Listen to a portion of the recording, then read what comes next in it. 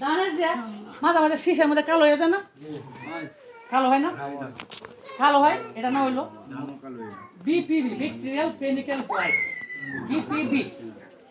শীষ যে কালো কালো হয়ে যেতেছে, দেখছেন? এই যে কালো কালো হয়ে গেছে। সবাই দিকে এটা হচ্ছে মূলত হলো বিপিবি যে বলে ব্যাকটেরিয়াল পেনিক্যাল ব্লাইট নাকি।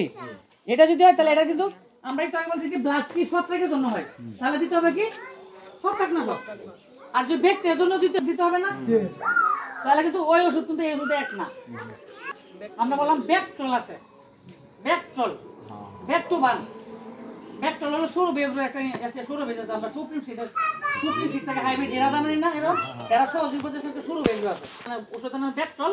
আর একটা হলো ব্যাকটুবান, হলো আপনার এই ব্যাকটুবান আছে হলো এসিআর।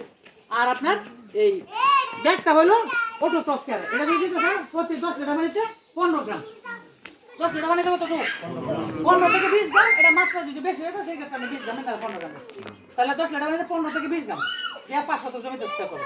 এটা একটা কিন্তু এর আগের ক্লাসে আমরা আপনাদেরকে বলেছিলাম না যে এটা কিন্তু এটার একটা সমাধান আছে, যেটা হলো 60 গ্রাম পটাশ, 60 গ্রাম পটাশ, 30 গ্রাম হলো সালফার নাকি, 20 গ্রাম হলো জিঙ্ক।